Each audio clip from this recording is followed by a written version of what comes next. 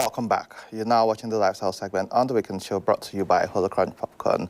In the studio with me today, I have Reverend Promise Uchenna, Senior Pastor of the God General's Redemption Ministry. Welcome to the Weekend Show, Pastor. Thank you so very much.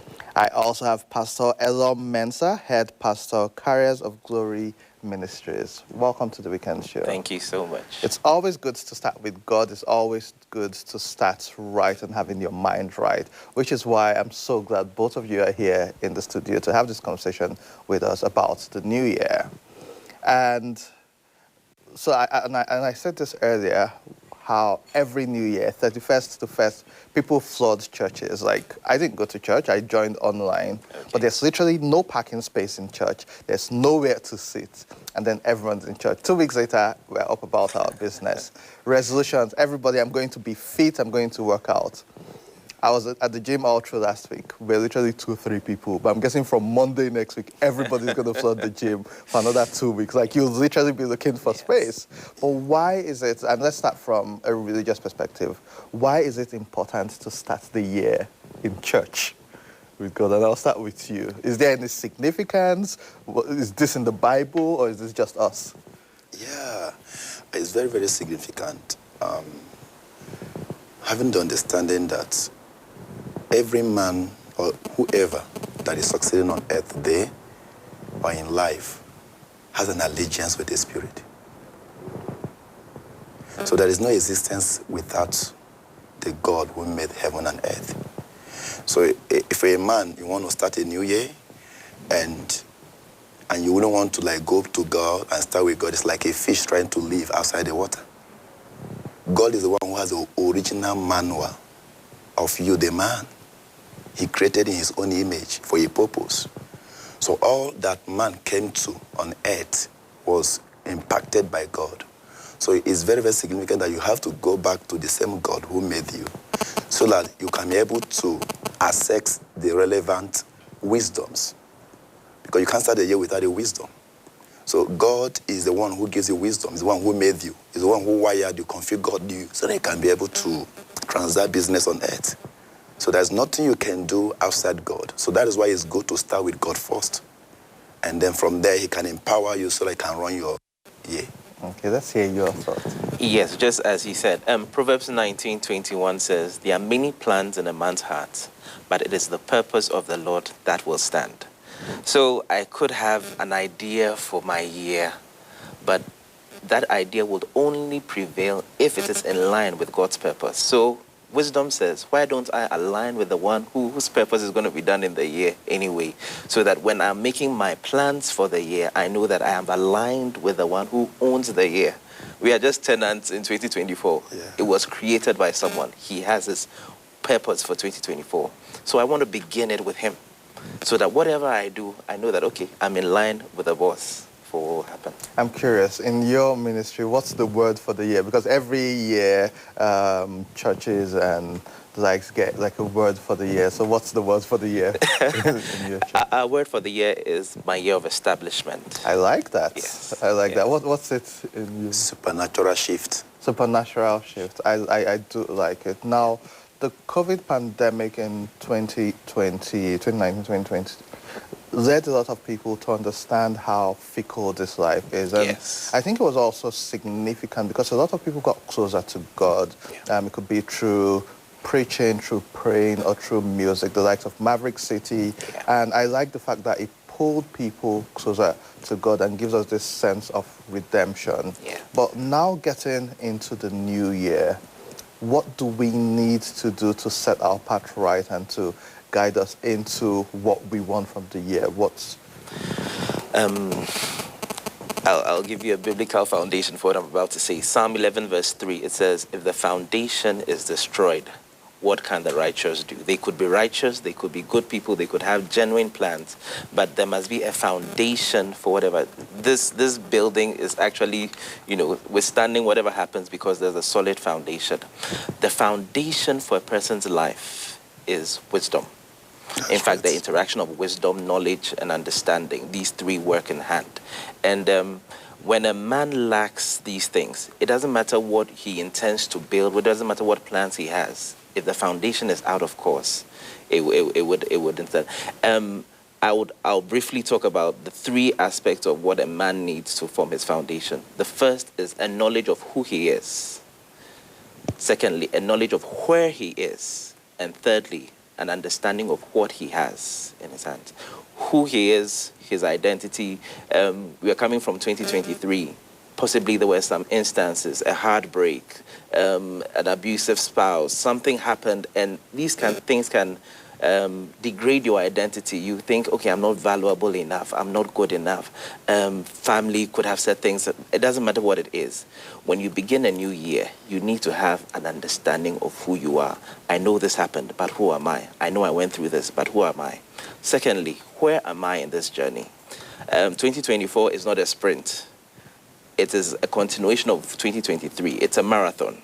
So where am I in my journey? Some people are starting their journeys. So like a marathon, you build up. Some people are about to end. So they are speeding. I cannot compare my journey beginning to someone who's about to end their journey. So where am I as a person in my journey of life? And then thirdly, what do I have? What are my gifts? What are my skills? What are my assets? What are the relationships I have? If I understand all these, I have a good foundation to now make my plan for the year. And then you get established. Yeah, Talking about exactly. supernatural shift, the church is meant to be a safe space for people where people come to. It's pretty much, I call it a place of rest where you come as you and God, this is who I am. But sometimes we fail. Sometimes we don't meet up with what we're supposed to do because people say you plan and God laughs. Yeah. What do you think people have to do to plan proper into an unpredictable year like 2024? We all have high hopes at the beginning of the year, and then sometimes people meet some disappointments, and then it derails them. Just like my colleague spoke, wisdom is a principal thing. Proverbs 4. My pastor always says that before every sermon. Yeah, wisdom is a principal thing. In all thy getting, get wisdom, get knowledge, get understanding. No one can venture into a year without a manual. Yeah. Wisdom imparts you with knowledge for directions, instructions. You see, speed is good, but direction is best. Don't clap for a man who has speed, but check his path. So wisdom is a guide to everyone who has a vision. In fact, in wisdom, you're able to have a vision. And the source of all knowledge and wisdom is God. So that's why we need to get to him. When we get to him, you get wisdom for directions, for instructions, for guidance. I believe that every assignment has administrations. So God will be able to give you the wisdom for directions, for instruction. And wisdom empowers you for creativity and excellency. Wisdom empowers you for productivity. You can't be productive outside the reign of wisdom. Kings rule by wisdom. So you must be a king in whatever you do. Are you a politician, a businessman, you are in ministry, whatever is your life discipline. Wisdom is a principal thing. So that's the way you can rule. You can gain productivity, excellency, there will be efficiency and effectiveness in what you do. And that is also, wisdom is also in a way where you can bring up your staffs in your organizations and induct them, train them so that they were able to bring into productivity your expectation for the year. They're all about wisdom. So wisdom is very, very key. Then number two thing I also want to say that after you have evaluated, like what he said, in wisdom you evaluate.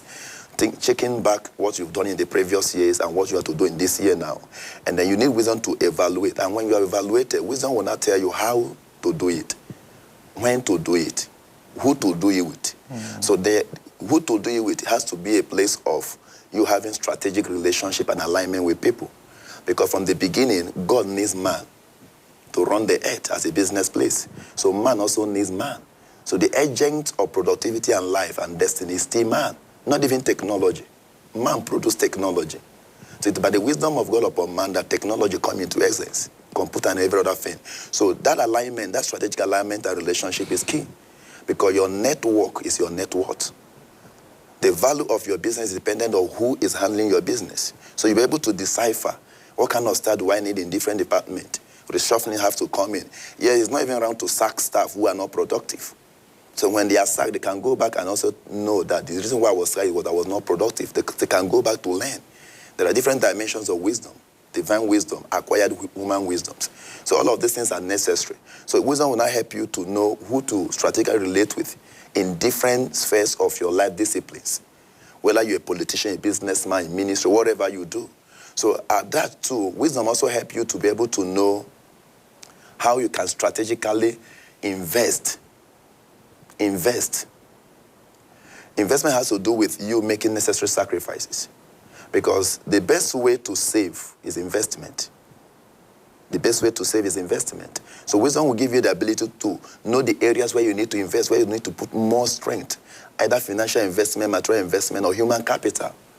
The second best way of investment or saving is also building human capital, empowering people with skills and knowledge regarding to that area that God have called into. So these are the few areas I feel that people should be able to start looking at. And above all, the law of faith. The law of faith stays in Mark 11:22. Jesus answered and said unto them, have faith in God. He said, with men, it is impossible, but with God, all things are possible. And why should you have faith?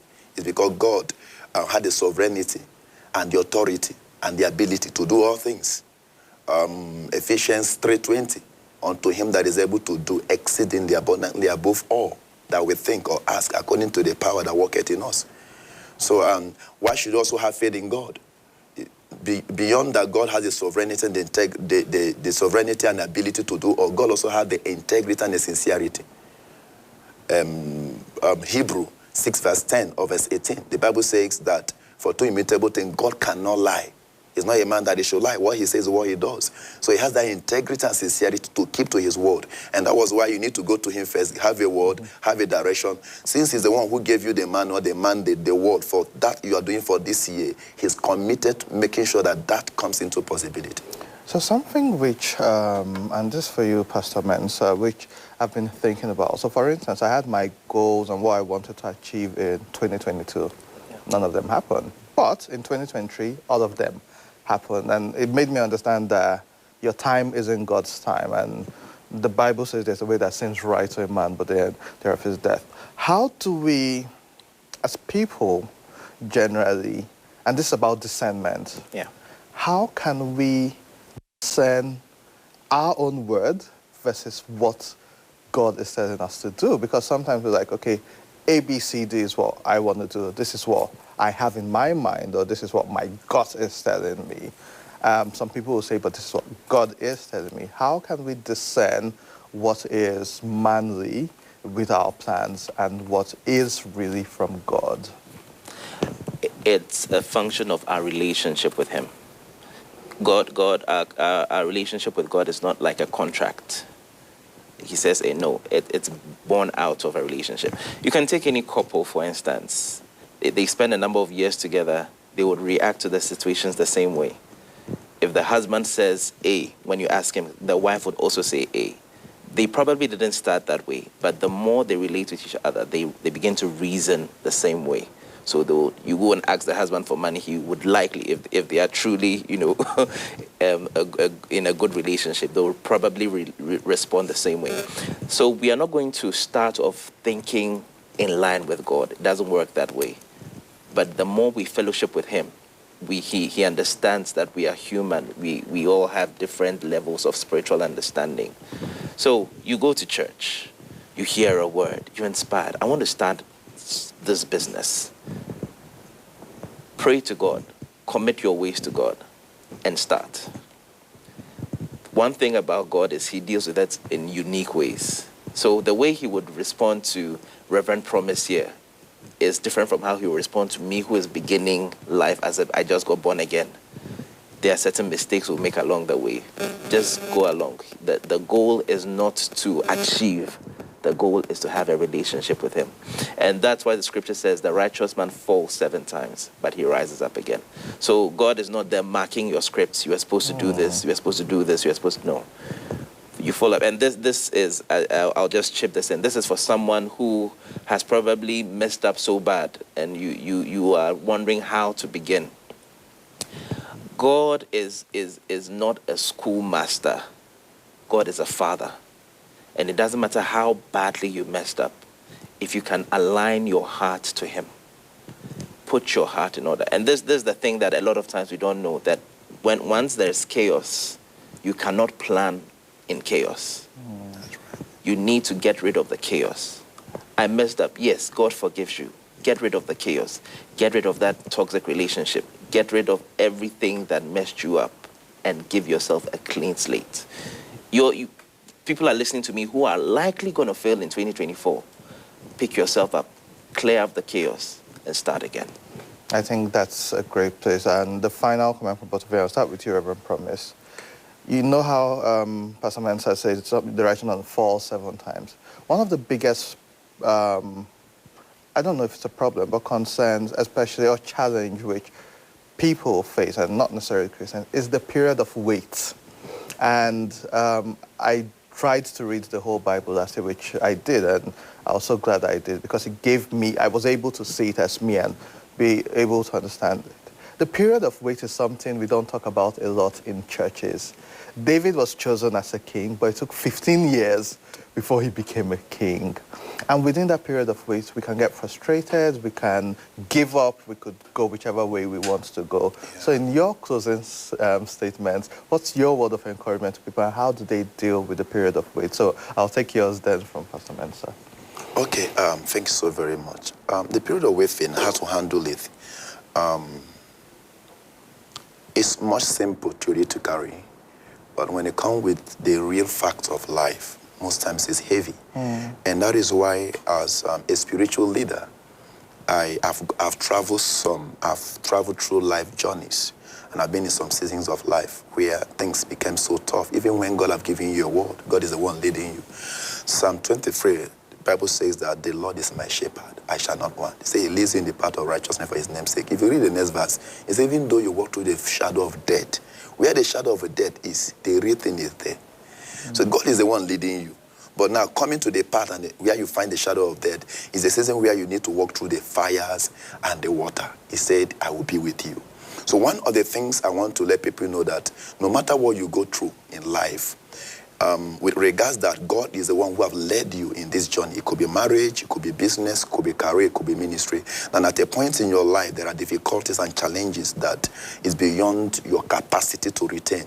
Just understand that the journey you embarked on started with God, and God is with you. So you're having faith in God is actually the greatest virtue you should have in the time of waiting, especially in the critical period. Why should you have faith in God? You have faith on his word. His word cannot fail. His word cannot fail.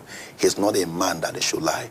Even if, like the example of Shadrach, Meshach, and Abednego, they were in a Babylon, and at a point they were asked to bow down to a god.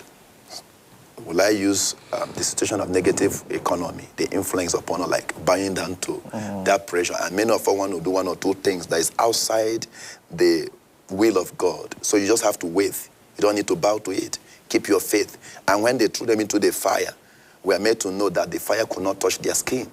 So when you go through a period of challenges in your life, with the assurance that God was one who led you that path, you also need to understand that you need to wait on God and have faith in God that he's able to pull you through. So there is always a place to be patient, to be faithful to God, holding on to the word of God, confess it, believe it, even when the circumstances are contrary. So just keep waiting, and I trust God will pull you through. You know, there's a big part of that story about Shadrach, Meshach, and Abednego, which I love, is the fact where they say, even though you trust in the fire, our God will save us. But even if he doesn't, that's fine. Yeah. Like, we're fine. Exactly. And that's that faith that, okay, God has said this will happen. This is my timeline. Even if it doesn't work, I still trust that he is there. And I feel that's something we don't talk about a lot. The fact that they were like, yes, God will come. But even if it doesn't happen, we're still fine. I think that's the highest level of faith, faith ever. 1 minute, your final word. With that, there are two things. First of all, don't let the pressure of the world get to you. Waiting is even much more difficult because we have people showing off what they are doing, what they are achieving. You see a 30-year-old successful. You're 35 and you're like, why don't I have what he has? You have your school groups. Everybody is saying, oh, I've done this, I've married, I have 4 kids. God, and you are like, me? So it puts a lot of pressure on you. you need to get rid of the pressure, because a lot of things are like a mirage. Your life is not dependent on another person's race. Yeah. Be grateful for what people are achieving, celebrate them, but be confident in your own race. Secondly, God is faithful. It doesn't matter how long he takes, he'll come through. Just make sure you are in line with what he's doing, and you know that he would always come through. Do you want to know my own word for the year? I'd love to My hear. year of Thanksgiving. Wow. And I say this because I remember when, I think it was when Jesus wanted to raise Lazarus, and he said, God, I thank you because I know you have answered.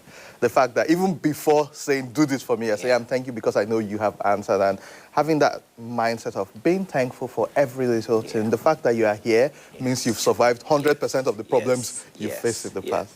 So our viewers, go We on. need to confer a reverend title. I on know! you. We've had church for today. And for those of you who haven't been to church this year, you've just had your first service of the year. Yeah. Thank you so Thank much. you. I think we should all be positive. We should all be hopeful. And try not to fall under the pressures of the world, social media, and all that we see. Yeah. The trials and temptations and tribulations will come, but God will see us through. That's the message I've gotten from what you have said. Thank you so much, Reverend Promise, Pastor Mensa. Thank you. Confirm me a title in your church. I'm coming. We'll make this happen. But That'll thank be you awesome. so much. Thank you. So our viewers at home, we'll take a quick break. When we return, more on The Weekend Show.